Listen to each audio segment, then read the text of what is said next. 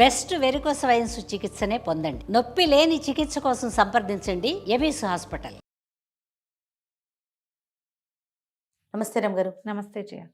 రమగారు, మనం మహాభారతంలో చిన్న కథలు ఇవి కొన్ని చెప్పుకుంటూ ఉన్నాం. అందులో భాగంగా ఏదైనా ఒక కథ చెప్పుకుందామండి. శాంతి పర్వంలో అంటే భీష్మ యుధిష్ఠిర సంవాదాలు చాలా జరిగాయి. ఆయన అంపశయ్య మీద ఉన్నప్పుడు రోజు ధర్మరాజు వెళ్ళేవాడు ఆయన కలవడానికి. వెళ్ళినప్పుడల్లా రాజకీయపు సలహాలు, సామ్రాజ్య పాలన ఏ రకంగా చేయాలి అలాంటి విషయాలు కొన్ని, తర్వాత అసలు జీవితానికి ఉపయోగపడేవి కొన్ని ప్రశ్నలు, అట్లా కొన్ని ప్రశ్నల్లో భాగంగా ఆయన అడిగాడట. ఇప్పుడు సహాయకులు, రాజుకి సహాయకులు ఉండాలి ఖచ్చితంగా. ఒక ప్రభుత్వం నడపాలంటే కావద్దు, మరి ఒక పెద్దవాడు, ఒక నాయకుడికి ఎలాంటి వాళ్ళు ఉండాలి. ఇప్పుడు మామూలుగా గుంపుకి నాయకత్వం వేరు, సామ్రాజ్యాధికారం వేరు. అప్పుడు సహాయకులు సరైన వాళ్ళు, కులీనులైన వాళ్ళు దొరకకపోతే నీచ కులజుల్ని కూడా తీసుకోవచ్చా అని అడిగాడు. అంటే ఈ ప్రశ్నని ఆ కాలపు ప్రశ్న కదా, ఈ కాలానికి మనం ఎట్లా అన్వయించుకోవాలి దాన్ని, ఏమనాలి, మంచి ఎడ్యుకేషన్, చాలా హైలీ ఎడ్యుకేటెడ్ లేకపోతే కొంతమంది మామూలు వాళ్ళని తీసుకునైనా వీళ్ళని ట్రైనింగ్ ఇచ్చి చేసుకోవచ్చా అని అడిగినట్టు. ఫ్రెషర్ని తీసుకుని ట్రైనింగ్ ఇస్తాం కదా, అవును, ఎక్స్పీరియన్స్ లేకపోతే ఫ్రెషర్ని తీసుకోవచ్చా లాంటి క్వశ్చన్గా భావించాలి దీన్ని. అగ్రకులజులు అంటే ఉత్తమ కులజ సంజాతులు లేకపోతే నీచ కులజుల్ని తీసుకోవచ్చా అని అడిగాడు. చెప్పా కదా, కులం అంటే ఇలా తీసుకోకూడదు, మన కులం కాదు, కమ్యూనిటీ కాదు, వాడి తాలూకు educational qualification, highly qualified, highly experienced లేకపోతే సుమారైన క్వాలిఫికేషన్ ఉండి కొంచెం ఫ్రెషర్ని తీసుకుని వాడినితో పెట్టుకుని నడిపించచ్చా అంటే నడపద్దు అని చెప్పాడట భీష్ముడు. అట్లా నడపద్దు. ఇంత పెద్ద పాత్ర వహించాలి ఒకడు, ఇంత పెద్ద పాత్రని ఏమనాలి, నడిపించాలి కథ. దానికి ఎవరినో తెచ్చి కూర్చోబెట్టకూడదు, అది ఎవడు చేయాలో వాడి కావాలంటే వెయిట్, అర్హుడికి మాత్రమే ఇవ్వాలి, అంతేనండి, వెయిట్ చేయాలి కానీ కూర్చోబెట్టకూడదు. దానికి ఉదాహరణగా ఒక కథ చెప్పారు. పూర్వం అడవిలో ఒక ముని ఉండేవారట. ఈయన పళ్ళు తింటూ, కందమూలాదులు ఏమైనా తింటూ, ఆకులు అలములు అలాంటివే తింటూ తపస్సు చేసుకుంటూ ఉండేవారు. ఈ అడవిలోకి ఎట్టా వచ్చిందో ఒక కుక్క పిల్ల వచ్చింది. ఆ ఋషిగారి వెనకాల తిరిగేది తోకాడిస్తుంది. అది మాంసాహారం జోలికి వెళ్ళేది కాదు, కుక్కలు తింటాయి కదా మాంసాహారం, కానీ అది ఋషిగారు ఏం తింటే అది కూడా అదే తినేది. బాగుందిగా, తిని ఆయనతో పాటే ఉండేది, వాకిట్లో పడుకునేది. ఆయన ఏదైనా పండు కాయ కోసుకోవడానికి నదికి స్నానానికి వెళ్ళి ఆయన వెనకాల వెళ్ళి గట్టు మీద కూర్చుని శ్రద్ధగా ఆయన చేసేవి చూసి ఆయన వెనకాల పడి మళ్ళీ వెనక్కి తిరిగి వచ్చేది. మామూలుగా కుక్కలకి అలా కంట్రోల్డ్గా ఉండటం ఎప్పుడు అలవాటు అవుతుంది, యజమాని మీద అత్యంత భక్తి విశ్వాసాలు తాత్పర్యాలు అవి ఉంటే, లేకపోతే కుక్కలు మీద పడిపోతూ ఉంటాయి. అవును, మీద పడతాయి, నాకేస్తూ ఉంటాయి, కాళ్ళకు అడ్డం పడతాయి.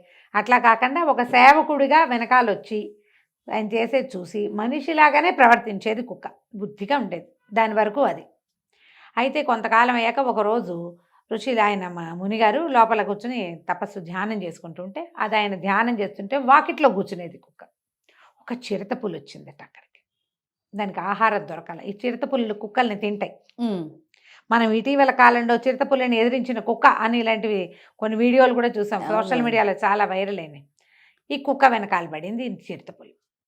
అది ఆశ్రమం చుట్టూతా 2 రౌండ్లు కొట్టి చివరికి వగరుస్తూ దుఃఖంతో బాధతో మునిగారి దగ్గరికి పరిగెత్తింది, చిరుతపులి నుంచి రక్షించమని. మరి ఎట్లా?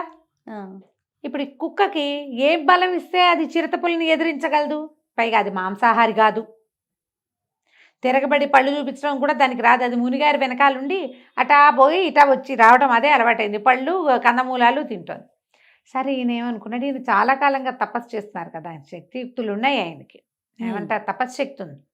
సరే, కుక్కకి అభయం ఇచ్చి నువ్వు కంగారు పడకు అని చెప్పి దాని మీద మంత్రజలం చల్లి దాన్ని చిరుతపులిగా మార్చారు. ఇక నీకు భయం లేదు, చిరుతపులి అత్యంతగా ఇంకా దీని మీద పడి తిందు, భయం లేదు. ఓకే, సరే చిరుతపులిగా మార్చేశారు కదా. కుక్క చూసుకుంది తన శరీరం, తన తోక చిరుతపుల్లాగానే అది తోక నేల మీద కొట్టడము అవన్నీ తెలిసినాయి దానికి. అంతకుముందు చిరుతపుల్లిని చూసింది కదా, దాని జెస్చర్స్ అని నేర్చేసుకుంది. ఇక నిర్భయంగా అడవిలో తిరగటం మొదలుపెట్టింది. అంతకుముందు కుక్కగా ఉన్నప్పుడు దానికి అన్నిటిని చూసి భయం వేసేది, అందుకని ఎక్కడ తిరగకుండా ఆశ్రమం బాకిట్లోనే కూర్చుని ఉండేది. ఇప్పుడు అటు ఇటు శుభ్రంగా తిరిగి వచ్చి ఆశ్రమం బాకిట్లో పడుకోవటం మొదలుపెట్టింది. రోజులు గడిచాయి. ఆ ప్రాంతానికి ఒక పెద్ద పులి వచ్చింది. ఓకే, ఈ పెద్ద పులి అదేంటంటే చిరుత పులులను చూస్తే ఒక రకమైన చిరాకు దానికి. ఏదో చిరుత పులి దాని ఆహారం మీదకి వచ్చింది ఎప్పుడో.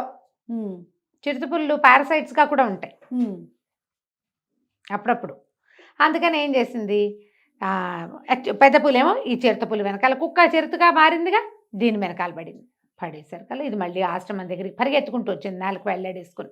తోక కూడా కుక్క తోక ముడుచుకున్నట్టు చిరుత పులి తోక ముడిచేసుకుని ఓకే ఏడుస్తూ వచ్చింది. పెద్ద పులి నా వెంట పడింది, ఏం చెయ్యాలి, వెనకాల పెద్ద పులి కనపడుతుంది. ఋషిగారికి దాని ఆంతర్యం అర్థమైంది. ఈయన ఏం చేశాడు, బాగా ఆలోచించి ఇది చిరుత పులిగా ఉంటే పెద్ద పులుల్ని ఎదుర్కోలేదు అని చెప్పి దీన్ని కూడా పెద్ద పులిగా మార్చేశాడు. బాగుంది. అక్కడి నుంచి పెద్ద పులి అయ్యాక ఇంకేముంది, దానికి భయం పోయింది. శుభ్రంగా హాయిగా మాంసాహారం తింటూ దొరికిన దాన్ని పులిలాగానే, పులి కూడా వచ్చేసింది దానికి, అంతే. వేటాడుకుంటూ బ్రహ్మాండంగా వేటలు అవి ఆడుతూ బాగా తిని మదించి, కానీ వచ్చి ఆశ్రమం వాకిట్లోనే పడుకునేది. పడుకునే బుద్ధి మాత్రం పోలా, మునిని ఇంకా సేవించట్లా అది, కానీ వచ్చి ఆయన దగ్గరే ఉంటాం. ఒకనాడు ఏమైంది, ఒక మదగజం, ఒక ఏనుగు వచ్చింది అడవిలోకి. అడవిలో ఏనుగులకి ఉండుండే రట్టు వస్తుంది, దానికి వాటికి తెక్కొస్తుంది కదా, అది పరిగెత్తుకుంటూ వచ్చి పులి మీద పడింది. పెద్ద పులి పరిగెత్తుకుంటూ వచ్చింది, కుక్క పెద్ద పులి. మళ్ళీ వచ్చి గురువుగారి దగ్గర నుంచి గురువుగారు ఏం చేశాడు, ఈసారి దీన్ని కూడా ఏనుగుగా మార్చేశాడు. ఏనుగు ఇంకా ఏనుగు వెనకాల ఏం పడుతుంది, అంతేగా, ఏనుగుగా తింటూ చెట్ల కొమ్మలు అవి ఇవి విరుచుకుని తింటూ తిరగటం మొదలుపెట్టింది. కొన్ని రోజులు గడిచి ఏనుగుగా ఉన్నా కూడా అది వచ్చి వాకిట్లోనే కూర్చునేది. ఋషిగారి వాకిట్లోనే కూర్చున్నది ఆశ్రమం బయట. ఓకే. ఇంకా కొన్ని రోజులు గడిచాయి. దానికి ఏనుగులాగా బిహేవ్ చేయడాలన్నీ బాగా వచ్చినాయి. ఒకనాడు ఒక సింహాల గుంపు వేటలో భాగంగా ఏనుగుల మీద పడింది. పడేసరికల్లా ఒక మొగ సింహం దీన్ని వేటాడుతూ దీని వెనకాల పడింది. ఏనుగుల్ని మళ్ళేస్తాయి సింహాలు, ఆడసింహాలన్నీ ఏనుగుల వెనకాల పడి ఒక్కదాన్ని ఒంటరిగా చేజిక్కించుకుంటాయి. అవంతే, ఆడవే అన్నీ ప్లాన్ చేస్తాయి, మొగదొచ్చి కొడుతుంది. ఓహో. అయితే ఈ ఏనుగుల గుంపు వెనకాల పరిగెత్తే క్రమంలో ఈ ఏనుగు వెనకాల ఒక మొగ సింహం పడింది. ఇక సింహం పరిగెత్తేసరికల్లా ఏనుగు ఏముంది, హడావిడిగా దానికి తెలుసు, భయం వేస్తే ఎక్కడికి పోవాలో దానికి ముందే తెలుసు, పరిగెత్తుకుంటూ ఋషిగారి వాకిట్లోకి వెళ్ళింది. ఋషి చూసి ఏం చేశాడు, అయ్యో దీనికి ఏనుగుకి భయం వచ్చేసింది, కొట్టేస్తుంది సింహం. అది ఆ ప్రాక్టీస్లో ఉంది. పైగా పరిగెత్తిచ్చేసరికి దానికి ఉద్రేకం పెరిగిపోతుంది సింహానికి. అది మామూలుగా కొట్టే దెబ్బ కంటే ఉద్రేకంతో కొట్టే దెబ్బ 10 ఇంతలు ఎక్కువ ఉంటుంది. ఒక దెబ్బకి చంపేస్తుంది దీన్ని. అప్పుడు ఈయన ఏం చేశాడు, బాగా ఆలోచించి ఈ కుక్కగా ఏనుగుగా మారిన కుక్కని సింహంగా మార్చేశాడు. బాగుంది. సింహం అయిపోయింది అది. సింహం అయిపోయాక అక్కడ కనపడింది సింహం. ఆ మొగ సింహం ఏం చేస్తుంది, 2 గర్జనలు గర్జించి అనుకుని పోయింది దాని దారిన. ఈ సింహం చక్కగా వేటాడుకుంటూ తిరుగుతూ మళ్ళా వచ్చి ఆశ్రమ వాకిట్లోనే కూర్చునేది. కొన్ని రోజులు గడిచి శరభ మృగం అని ఒక మృగం వచ్చిందట. చాలా పెద్దది శరభ మృగం అంటారు. దానికి ఏంటంటే గండపేరుండన్ లాంటి కాళ్ళు, ముందు కాళ్ళు తేడాగా ఉంటాయి. శరభ మృగం కథల్లోనే రాస్తారు, బయట మనం ఎక్కడ చూడం. ఒక విచిత్రమైన మృగం లాంటిది, పక్షి గండపేరుండన్ లాంటి కాళ్ళు అవి ఉంటాయి, దానికి ముక్కు ఏదో తేడాగా ఉంటుంది. అయితే ఆ మృగం ఒకటి సింహాలని వేటాడుతుంది. అది సింహం వెనకాల పడి సింహం మళ్ళీ గురువుగారి దగ్గర చేరింది. కుక్క సింహం చేరేసరికల్లా మునిగారు ఏం చేశాడు, దీన్ని కూడా శరభంగా మార్చేశాడు. శరభంగా మారాక అది ఎంత విశృంఖలంగా తిరిగిందో అడవిలో పడి. శరభాలకి క్రూరత్వం హెచ్చు. పులి, సింహము ఇవన్నీ ఏంటంటే ఆకలిస్తే వేటాడతాయి, వేట అయిపోయాక కొన్నాళ్ళు విశ్రాంతి తీసుకుంటాయి. శరభం అట్లాంటిది కాదు, క్రూరమైంది. అయితే ఈ శరభ మృగం ఏం ఆలోచించిందంటే, కుక్క శరభంగా మారి ఎన్నో జంతువులు కొట్టాక దానికి అనిపించిందిట, మన గురువుగారు నన్ను ఇట్ట మార్చాడు, రేపొద్దున ఇంకో సింహాన్ని శరభంగా మార్చి నా మీద వదిలి పెడితే ఎవరైనా వెళ్తే ఆయన మార్చేస్తాడు, నన్ను అలాగే కదా చేశాడు. కాబట్టి మనం ఓ పని చేద్దాం, గురువుగారిని చంపేస్తే పీడపోతుంది, ఇక ఎవ్వరూ నాలాగా మారరు, నేను హాయిగా ఈ అద్భుతమైన శరీరంలో ఉండొచ్చు అనుకొని ఆశ్రమం వాకిట్లో కూర్చున్నది కాస్త లేచి గురువుగారి మీదకి లంఘించింది. ఎప్పుడైతే గురువుగారికి దాని ఇంటెన్షన్స్ తెలుసు, ముందు నుంచి అది పరిగెత్తుకొచ్చినప్పుడల్లా దాని భయం ఏమిటో, దాన్ని ఎవరు వెంబడబడ్డారో తెలుసుకున్నాడు ఆయన దాని మొహం చూసి. ఇప్పుడు తెలుసుకోడు, ఇప్పుడు తెలుసుకుంటాడు. ఆయన ఏం చేశాడు, మంత్రజాలం తీసి మీద తెల్లి కుక్కని చేశాడు దాన్ని. మళ్ళీ నేను నీకు ఇన్ని రకాలుగా రక్షణ ఇచ్చినా కూడా నీ బుద్ధి పోగొట్టుకోలేదు నువ్వు. అంతేగా. నీ బుద్ధి మారలా, సెల్ఫిష్ గుణం పోలేదు నీకు. పైగా జంతువుగా మారాక దాని గుణాలు కూడా తీసుకున్నావు నువ్వు. ఆ వాకిట్లో పడుకోవడం ఒకటే ఉంచుకున్నావు, మిగిలినవన్నీ పోయినాయి నీకు. విశ్వాసం అనేది కుక్క జారుకు జీవలక్షణం. అవును, అది అసలు లేదు నీ దగ్గర అని చెప్పి కుక్కగా మార్చేసి ఆ కుక్కని తన ఆశ్రమం చుట్టుపక్కల నుంచి తరిమేశాడు. ఇంకోసారి ఇక్కడికి అడుగు పెట్టద్దు అని భయపెట్టి పంపించేశాడు. ఈ కథ భీష్మ పితామహులు యుధిష్ఠిరుడికి అంటే ధర్మరాజుకు చెప్పారు.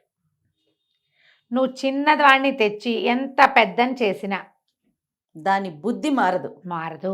దాని బుద్ధి మారదు, దాని లెవెల్ మారదు. ఇప్పటి లెక్క ఏంటంటే నువ్వు ఆ మామూలు వాడిని ఎవరి మీదైనా పగ సాధించడానికో, నీకు అత్యవసరానికో, మన రెండో మనిషి లేకో, వేరే చారా లేకో కనుక మామూలు వాడిని కనుక ఒక హై లెవెల్ జాబ్లో కూర్చోబెడితే, హై ప్రొఫైల్ దాంట్లో కూర్చోబెడితే వాళ్ళు అందులో ఫిట్ అవ్వరు. అంతే. ఎక్కడో ఓ చోట తమ ఒరిజినాలిటీ బయటపడిపోతుంది. ఇప్పుడు మనం చూడు, చాలామంది ఫేక్ సర్టిఫికెట్లు పెట్టి ఉద్యోగాలు తీసుకుంటారు, వర్క్ చేయలేకపోతారు. అంత వర్త్ లేదు కదా వాళ్ళకి.